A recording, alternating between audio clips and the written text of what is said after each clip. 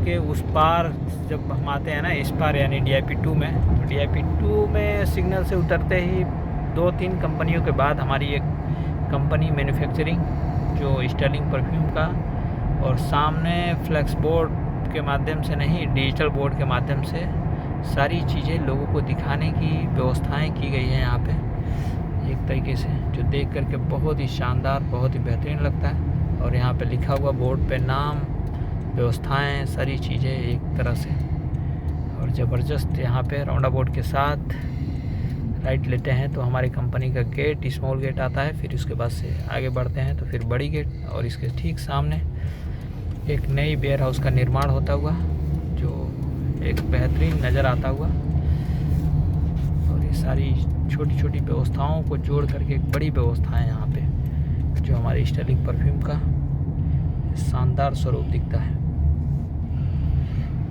और इस प्रकार दीवारों पे या साइड में लगी हुई बोर्ड, डिजिटल बोर्ड, जो लाइटों के माध्यम से शाम के समय उजाला का स्वरूप देती है। आगे फिर राउंड अबाउट से जब राइट लेते हैं तो फिर हमारे कंपनी का मेन गेट आता है, जो कंपनी के अंदर प्रवेश करने के लिए बिल्कुल बेहतर मार्ग है। सिक्योरिटी चेकिंग के बाद आपको एंट्री ली जाती है, और वहाँ पे अपनी पहचान, अपनी बातों को बताना होता है, जिस प्रकार वह अंदर प्रवेश लिया जाता है।